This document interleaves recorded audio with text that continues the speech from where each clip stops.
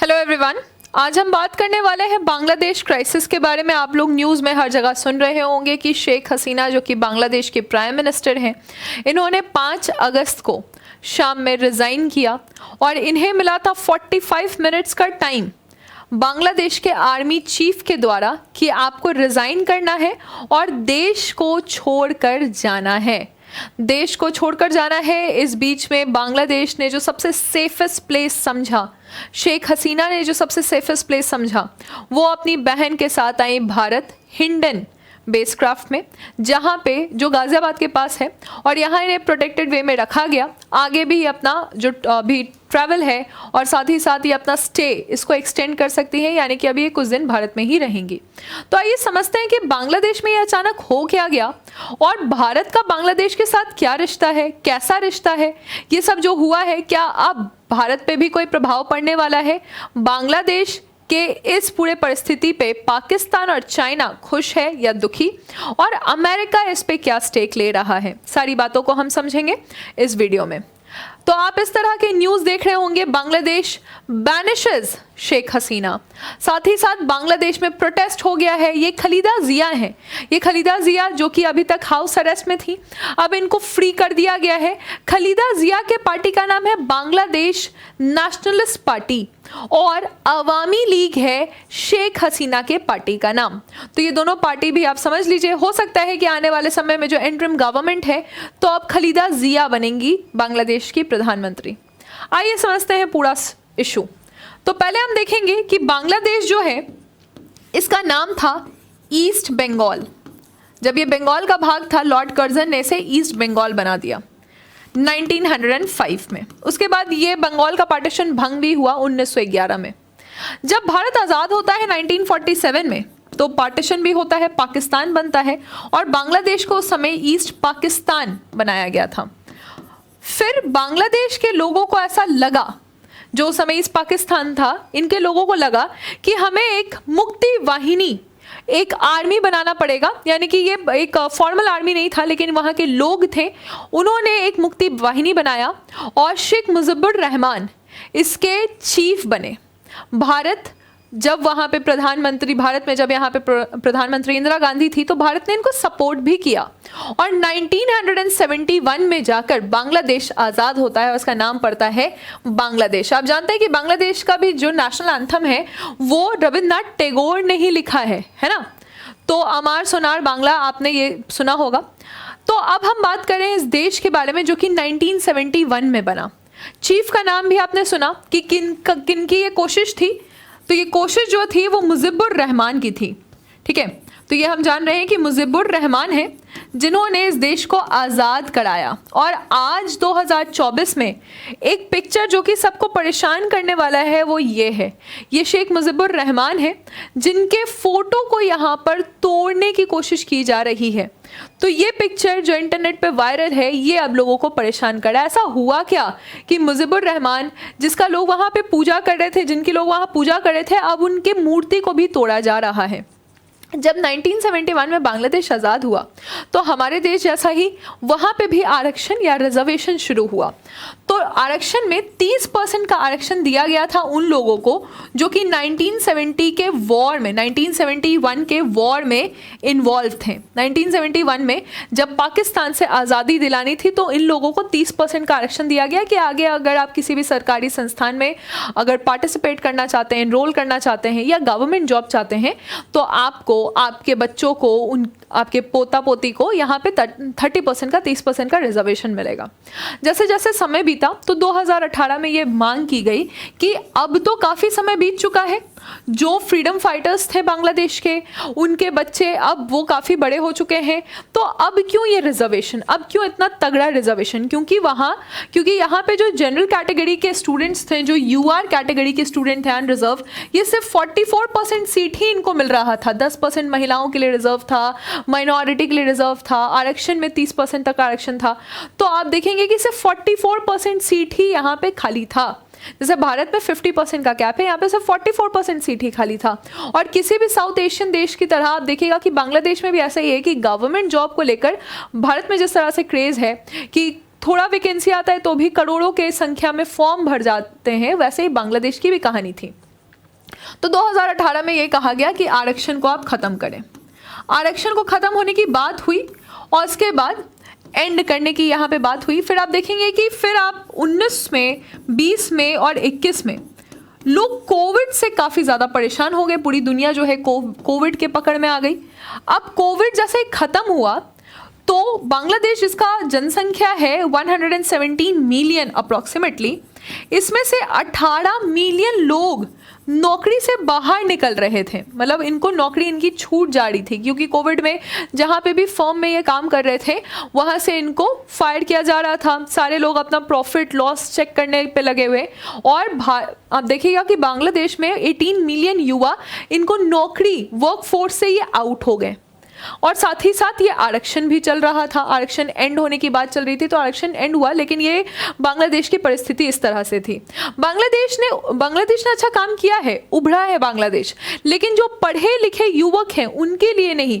जैसे textile industry में अच्छा काम हुआ या एपरल इंडस्ट्री में अच्छा काम हुआ, तो ये लोग जो मजदूर थे वहाँ पे, उनके लिए बांग्लादेश एक अच्छा ग्रोइंग इकोनॉमी बन के उभरा।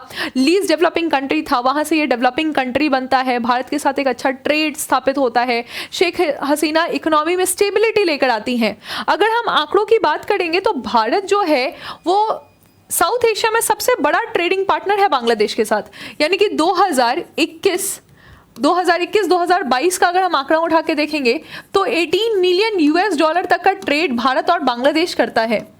इतना ट्रेड भारत और बांग्लादेश करता है, यानी कि भारत यहाँ पे एक्सपोर्ट कर रहा है बांग्लादेश को। बांग्लादेश को पता है कि इतना बड़ा ट्रेडिंग पार्टनर, हम बांग्लादेश में भारत आउट कैंपेन नहीं चला सकते हैं, जो कि बांग्लादेश का नेशनलिस्ट पार्टी खलीदा जिया चला रही थी कि हम नहीं चाहते हैं भारत के साथ कोई भी साझेदारी या भारत के साथ हम कोई भी रिश्ता नहीं कायम करना चाहते हैं इतना बड़ा। लेकिन उस समय भी शेख हसीना का स्टैंड ये था कि अगर आप भारत के साथ रिश्ता कायम नहीं करेंगे तो इतना बड़ा जो ट्रेड पार्टनर है भारत, आपका साउथ एशिया में सबसे बड़ा ट्रेड पार्टनर है, यानी साउथ एशिया का बिगेस्ट ट्रेडिंग हम भारत के साथ करते हैं। दाल के लिए, मसाला के लिए, सब चीज़ पे हम डिपेंडेंट हैं उन पे। तो ये ट्रेडिंग हम कैसे फिर से स्थापित करेंगे? पीछे का भी आंकड़ा कमज़ोर नहीं है। 2020-2021 का जो आंकड़ा है वो भी 10.8 मिलियन यूएस डॉलर तक का आंकड़ा है, यानी कि हम एक अच्छे ट्रेडिंग पार्टनर हैं बांग्लादेश के साथ। बांग्लादेश में बहुत सारे ऐसे प्रोजेक्ट्स भी हैं जो कि भारत ने इसको, जैसे आप चिटोग्राम पोर्ट की बात कर लें, या फिर आप बात कर लें अभी हाल ही में मोंगला पोर्ट की बात कर लें, या मतारबाड़ी पोर्ट की बात कर ले, तो ये सब भारत यहाँ पे डेवलप कर रहा है। भारत ने बांग्लादेश को 2010 में एक लाइन ऑफ क्रेडिट भी दिया है। 7 बिलियन तक का लाइन ऑफ क्रेडिट भारत ने बांग्लादेश को दिया है। तो ये सारे आंकड़े से पता चल रहा है कि भारत हमेशा से एक अच्छा पार्टनर रहा है बांग्लादेश का। अगर हम यहाँ पे बात करें अखौरा अगरतला, तो अखौरा अगरतला रेल लिंक में भी भारत ने बांग्लादेश का साथ दिया है। लेकिन उसके बावजूद, क्योंकि हमारे देश में भी ऐसा ही चलता है कि जो पड़ोसी देश के खिलाफ बोलेगा लोग उससे ज़्यादा प्रभावित हो जाते हैं, तो खलीदा जिया की पार्टी नहीं चाहती है भारत रहे बांग्लादेश के साथ, और शेख हसीना की पार्टी हमेशा एक इंक्लाइन दिखाती है भारत के साथ। शेख हसीना की जो अवामी लीग है, अगर जैसे उनका बैलेंस रहता है कि वो चाइना और इंडिया दोनों में बैलेंस रखें, लेकिन अगर चूज करने का टाइम आएगा तो उन्होंने ओपनली ये कहा है कि इंडिया उनके लिए ज़्यादा इंपॉर्टेंट पार्टनर रहा है चाइना के कंपैरेटिवली। तो इससे हम ये समझ सकते हैं कि पाकिस्तान तो हमेशा से चाहेगा कि बांग्लादेश काम स्टेबल ना हो, क्योंकि पाकिस्तान से ही निकलकर बांग्लादेश बना है। और चाइना अगर देख रहा है कि इंडिया के साथ ज़्यादा इंक्लिनेशन है किसी भी देश का, तो ये चाइना के लिए अच्छा नहीं है।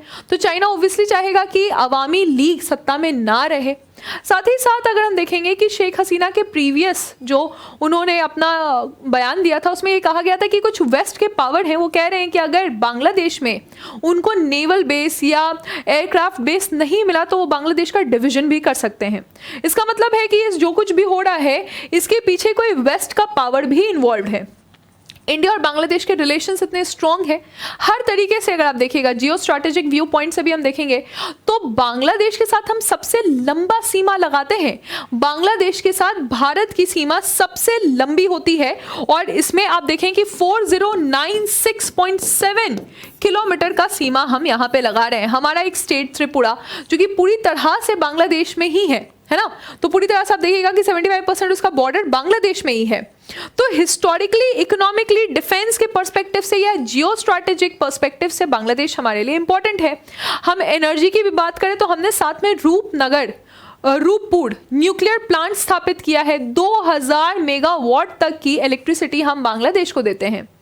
तो ये एक स्ट्रॉन्ग स्टेट है हमारे लिए और हम हमेशा से चाहेंगे कि बांग्लादेश स्टेबल रहे, क्योंकि ये हमारे साथ बॉर्डर लगा रहा है इतना लंबा। और बांग्लादेश के साथ हमें एक प्रॉब्लम होता है कि इलीगल इमिग्रेशन बहुत ज़्यादा होता है, यानी कि बांग्लादेश के लोग जो हैं वो भारत में माइग्रेट कर जाते हैं, भारत के अंदर घुस जाते हैं।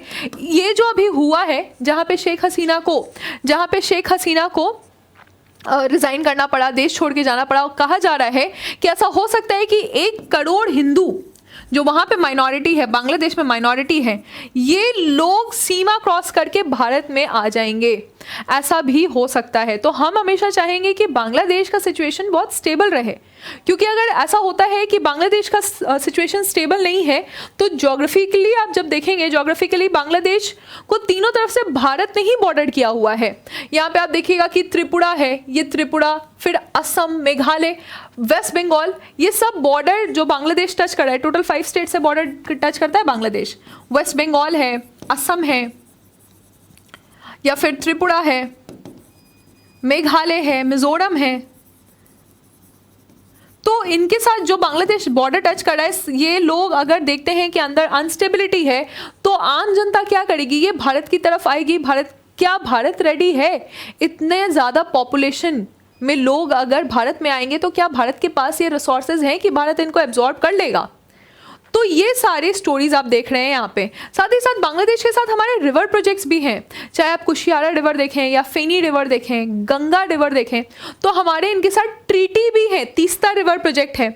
तो अब हम देखेंगे कि जो बांग्लादेश में चीफ हैं वाकर उस जमान, तो वाकर उस जमान इनका नाम है, ये बांग्लादेश के आर्मी चीफ हैं। तो इन्होंने अब शेख हसीना को बांग्लादेश के बाहर भिजवा दिया है, रिज़ाइन भी करवा दिया है। शेख हसीना ने रिज़ाइन किया है और रिज़ाइन करके ये हिंडन बेस भारत आ चुकी हैं। वाकरुज़्ज़मान यहाँ के चीफ हैं, आर्मी चीफ है, और इनका कहना है कि बहुत ही जल्दी ये इलेक्शन करवाएंगे और एक एंटरिम गवर्नमेंट उसके पहले फॉर्म करवाएंगे। तो एंटरिम गवर्नमेंट कब फॉर्म होगी ये देखने लायक रहेगा। आप देखिएगा कि 2022 से ही इसका पूरा मोमेंटम सेट हो रहा था। जब हम शेख हसीना के टेन्योर की बात करते हैं तो शेख हसीना का टेन्योर ऐसा रहा कि वो पहले 1996 से लेके 2001 तक प्राइम मिनिस्टर थी और फिर 2009 में ये प्राइम मिनिस्टर बनती है 2024 तक। तो ये जो पूरा अभी सेट हुआ है मोमेंटम, पहले ये एक स्टूडेंट विंग था, यानी कि जो स्टूडेंट है वो मांग कर रहे थे कि आरक्षण हटना चाहिए। धीरे धीरे ये स्टूडेंट मूवमेंट से हटकर इसमें बहुत सारे स्टेक होल्डर्स आ गए। आप देखिएगा कि बांग्लादेश का जो डोमेस्टिक प्रोडक्ट ग्रोथ है ये 7.2% था। इसका मतलब है कि फास्टेस्ट ग्रोइंग इकोनॉमी थी, ये भारत को भी क्रॉस कर रही थी।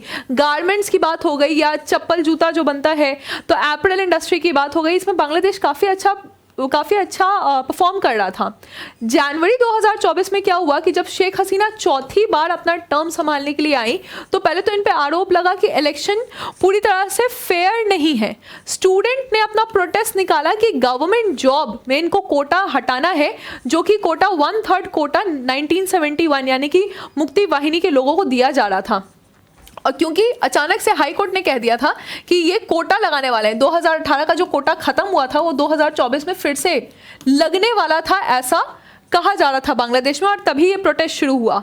धीरे धीरे प्रोटेस्ट जो है वो दूसरा रूप लेने लगा। शेख हसीना को रिजाइन करना पड़ा। 5 अगस्त को शेख हसीना भारत आई, है ना। तो protest resumes and call for Sheikh Hasina को कहा गया, उस समय 29 जुलाई को ही कहा गया कि आपको रिजाइन करना पड़ेगा, 29 जुलाई 2024 को।